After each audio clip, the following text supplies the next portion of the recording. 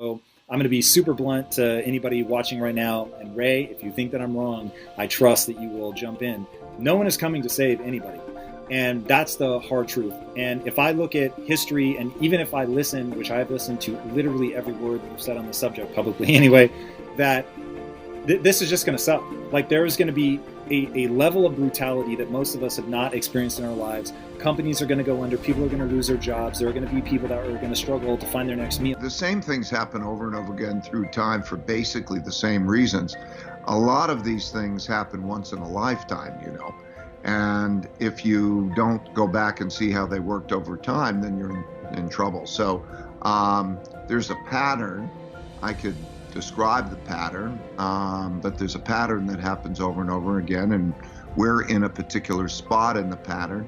And then to understand it, not just because it happened before, but to understand mechanistically how it happens, and then one has a sense of how to deal with it. Just like in 1929 to 1932, there was a debt crisis that came as a result of an excessive amount of debt in the boom years. And then when you have that in 1932, we hit zero interest rates. And when they hit zero interest rates in 32, like in 2008, central bank prints money and buys financial assets. What happens in these cycles is that normally central banks can stimulate the economy by lowering interest rates. But when you hit zero interest rates, that doesn't work. So the last time it hit zero interest rates was 1932. And what they did in 1932 was the same thing they did in 2008. And that is that the central banks prints a lot of money and buys government bonds. And so we're doing that now. And just to be clear, the reason that they're doing that is so somebody has bought a government bond. The government is basically saying, hey, you, dear person, lend me the money. I'm going to build something, roads, whatever, but I'm going to pay you back in a year, 2 years, 10 years, whatever, plus interest, I would assume. That makes it worthwhile. And the reason that the government is going in and buying those is to get back liquidity to the people that have loaned them that money? Yes, because think of it this way. The central government, and also companies and individuals, don't have the capacity to create money. So the central government has the right to determine they can tax people, they can get money from people, and they can spend money on whatever they want to spend money on. But they don't have the right to print money and create money and credit like the central bank does. Central bank is the Federal Reserve. Similarly, the Federal Reserve does not have the right to spend money and determine how it's spent. That's for Congress. Every individual, every company, and every government has a certain amount of money that comes in the form of income, a certain amount of expenses, and then a certain amount of savings. So you do individually, and it works the same way for everyone, so that if their income falls and they less than their expenditures, they're in trouble unless they have a good savings. And then they go to the savings.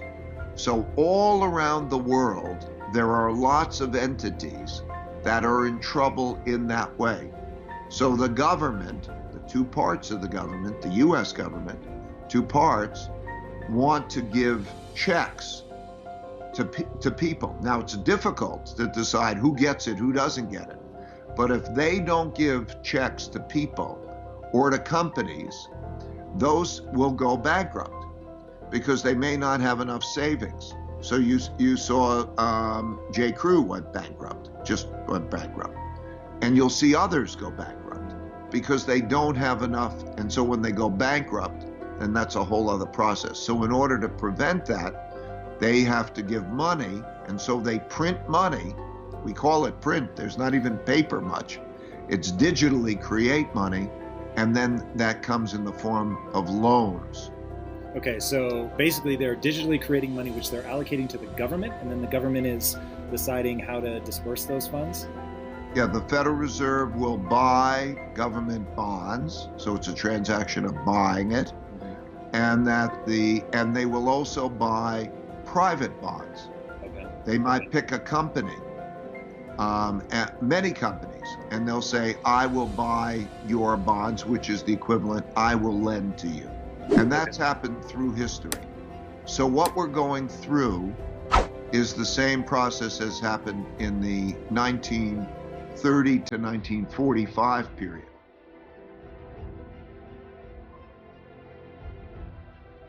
So what can the average person take away from that? They don't have bonds. They don't think like that. They may not even understand what their 401k is, or they may not even have a 401k. So how do they navigate this? Is it just head down, do your best to weather the storm, or is there actually something that they can learn from the historical perspective and move on now to make this easier for them? Yeah, it's the same for every individual, same for every company, same. And if you understand this, then you understand. There are three things. The first is look at your income, your expenses, and your savings. And then do a stress test so that you get yourself secure. If you were to lose your income, or if the income were to fall beyond a certain level, and you play that out, maybe that means you go get unemployment insurance, or whatever. How long can you live in an acceptable lifestyle? And do you have a savings that is adequate for that? Okay, so what you do is you calculate, if I lived in a simpler lifestyle and I had this amount of earnings, how many months or years could I live acceptably? What countries or what periods of time has going through this kind of crisis been managed well so that we come out the other side with as little sort of pain and suffering as possible? Well, an example of would be the differences in the way Roosevelt did it.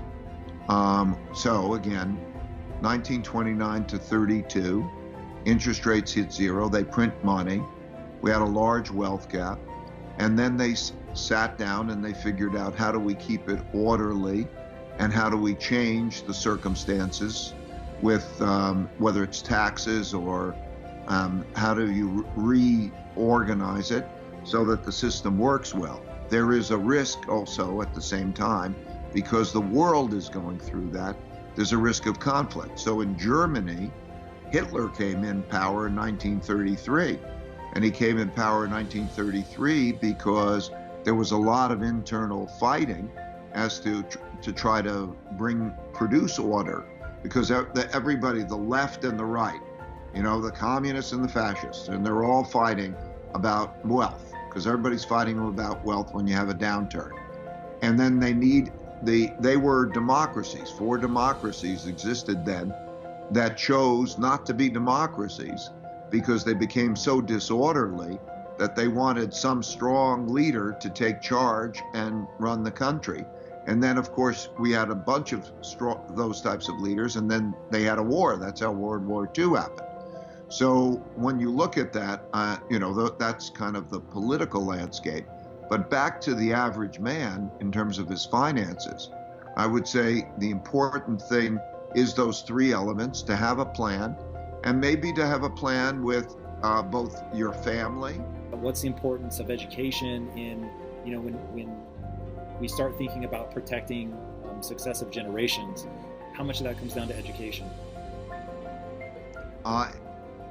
Education is the most important thing. I was raised with a very modest economic background. My dad was a jazz musician. My mom was a stay-at-home mom. But I was lucky to have parents who cared for me, and I went to a public school, and I got a good education, and I came out to a world of equal opportunity. And I believe that those are fundamental necessities. that that you have to know how to have an education of, facts like you have to know how to read, write, and arithmetic, but you also have to know how to behave well with others, to be a good citizen, operate in a civil way, to be able then to go into jobs. And that that education can be anything that works. I think the big thing is, three big things on what I think work should be. Make your work and your passion the same thing, and make it economic. If it works, that you love your work, you'll probably be better at your work. And then you find so you want those things, and then there's the economics of it. And so it could be anything from learning trades, whatever it may be. Education certainly does not have to be college. College is overemphasized. I'm going to be super blunt to anybody watching right now. And Ray, if you think that I'm wrong, I trust that you will jump in. No one is coming to save anybody. And that's the hard truth. And if I look at history, and even if I listen, which I have listened to literally every word that you've said on the subject publicly anyway, that this is just going to suck. Like, there is going to be a level of brutality that most of us have not experienced in our lives. Companies are going to go under. People are going to lose their jobs. There are going to be people that are going to struggle to find their next meal. And what I want people to understand is, just like you just said, you can triangulate, you can get people to help you think through, but I want them to understand that they can do that in a book, at a library. They can do that online if they still have access to the internet, which as of right now, even just going to the library, you can get access to being online. You changed my life before you and I ever met. I read your book. I didn't even know who you were at that point. And somebody just said, hey, you've got to read this book. It's got really powerful ideas on trust and creating these hard principles out of all your mistakes. I read it, immediately recognized that this aligned with what I call the physics of being human. It was so in line with removing my blind spots, getting people, acknowledging that other people are better than me at certain things. And so while I take a little bit of an exception, because I think that you can't say what you're good and bad at until you've been at this for a long time. You've been trying, you've been pushing, you're learning, you're failing. Because by nature, I'm lazy. I am not very bright. I think there are people that can process raw data far faster than I can. But I'm willing to admit when I'm wrong. I'm willing to admit that I don't know. I'm willing to admit when I make a mistake. And because of that, because I go in that cycle that you talk about of making a mistake, looking nakedly at it, not pretending I didn't screw up, asking people to point out my flaws, and then going, and now I'm going to have to do what is called deliberate practice to get better at that thing. And I don't just ask, and I don't think people can afford right now to just say, oh, what do I want to do? So as this next 3 to 5 year part of the cycle hits us, what is one thing that people can do that, from the historical perspective will most insulate them from the probably emotional and maybe financial damage, whatever you think is more important? Well, the things that I thought about, some of the things I mentioned earlier, the plan for the worst case scenario and make it terrific is one of the things. The understanding how to triangulate well to deal with whatever problems that you're going to face and how to work that through to find the path and find your nature. But also, one thing that's helped me a lot is meditation. Meditation gives you a calmness, an equanimity, so that you can almost look at your circumstances and you can navigate it with a clarity of thought without all of that stress. It's healthy because it reduces stress, and it also makes you smarter to make the decisions well.